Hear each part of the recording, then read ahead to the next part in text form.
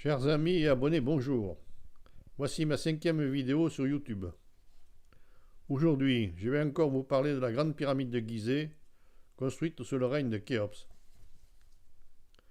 Quand on aborde la construction de cette pyramide, on se pose souvent la question: combien d'années a duré le chantier? 10 ans, 20 ans, 30 ans ou plus? Et combien de personnes a-t-il fallu mobiliser pour y parvenir? 10 000, 20 000, 30 000 ou 100 000, comme l'évoque Hérodote, historien grec, 2000 ans après les faits. Aujourd'hui, dans cette vidéo, je vais me contenter de répondre, en partie, à la deuxième question concernant le personnel. Je dis en partie parce que je ne vais m'intéresser qu'au personnel des carrières présents à Gizeh.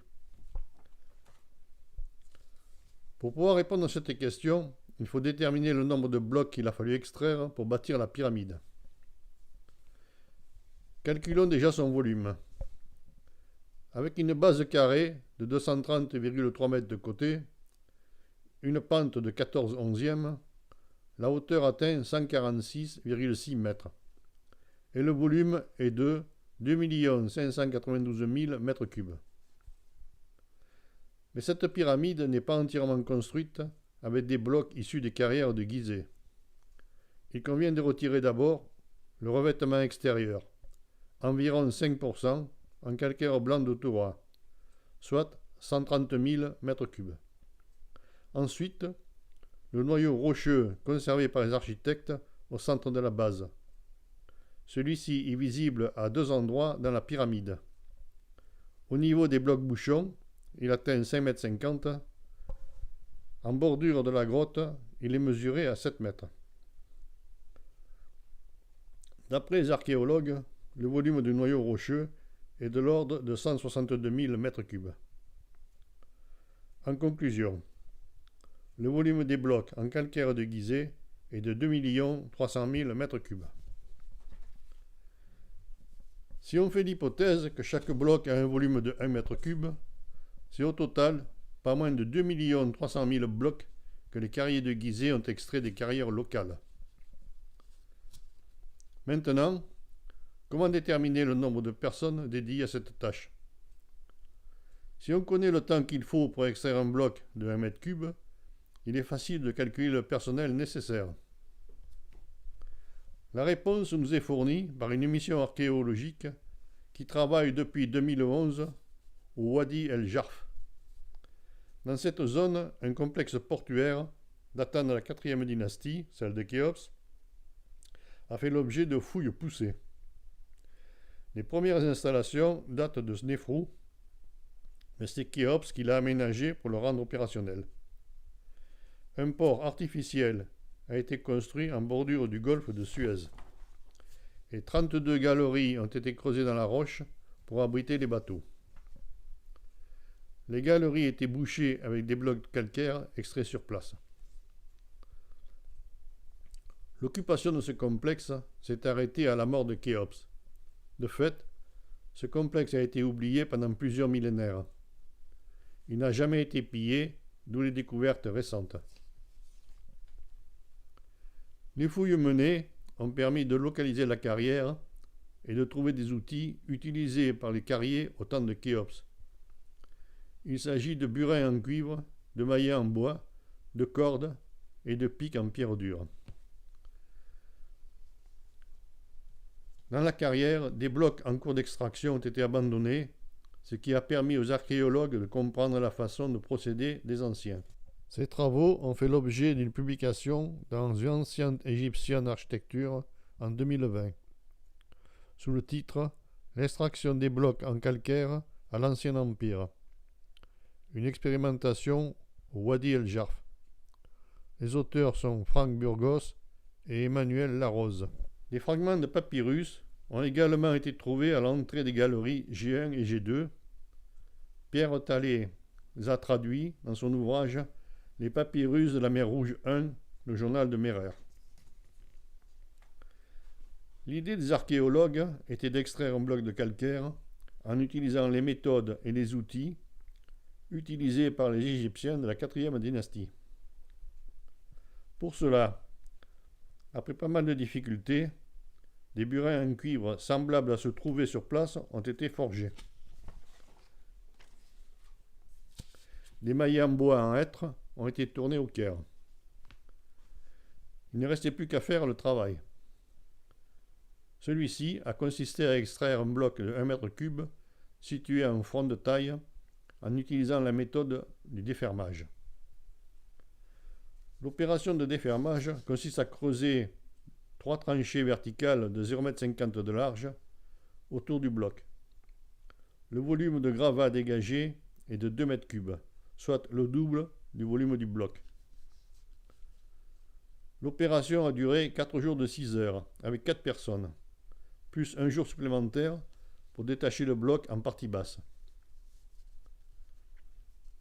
Mais dans une logique de production rationnelle, comme cela a été le cas dans la carrière de Khéops et de Képhren, il suffit de 2 tranchées pour dégager un bloc. Le volume de gravat n'est plus que de 1,25 m3. Ce ratio augmente et passe à 0,071 blocs par jour et par heure. Mais si on tient compte du fait qu'au Wadi El Jarf, il a fallu un jour supplémentaire pour détacher le bloc, à Gizeh, grâce à la couche d'argile entre les strates, cette opération est facilitée. Le ratio pouvait être augmenté jusqu'à 0,08 blocs par jour et par homme. C'est avec cette valeur que je vais estimer le personnel nécessaire à Gizeh.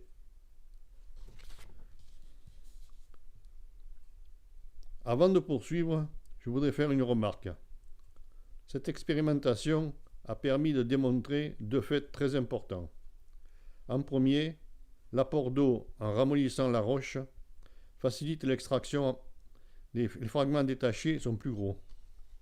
En second, le battage systématique à froid des outils en cuivre pour améliorer leur taille.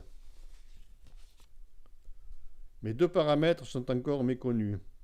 Il s'agit de la durée du chantier pour terminer la pyramide, 10 ans, 20 ans, 30 ans ou plus, et le nombre de jours travaillés par an. Moyennant quoi, mon étude est paramétrée sur ces 2 variables. Je fais l'hypothèse réaliste que les carriers pouvaient travailler 6 heures par jour, comme dans l'expérimentation menée au Wadi El Jarf.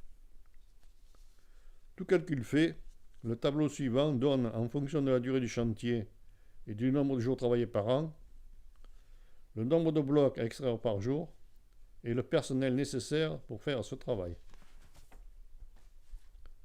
Quelle conclusion peut-on en tirer? Tout d'abord que le personnel dédié aux carrières de Gizeh était élevé. Plusieurs milliers de personnes, entre 3000 et plus de 5000. Le nombre de blocs à extraire par jour était conséquent, entre 230 et 430. Plus le chantier a duré, et moins il a fallu de personnel. C'est logique. Ces résultats peuvent aussi être présentés sous forme de courbes.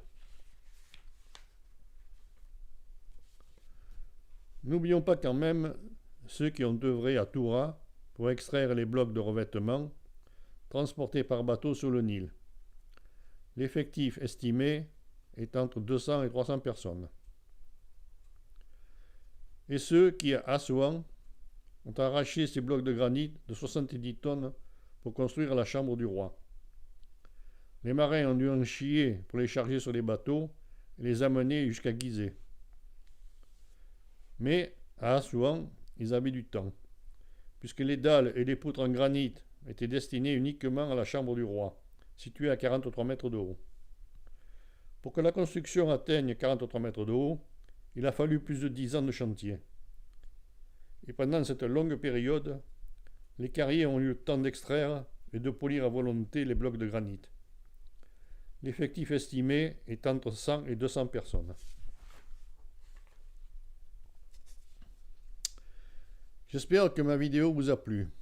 Retenez que le nombre de carriers présents à Gizeh pour construire la pyramide de Khéops était de l'ordre de 4000. Cela fait une belle équipe.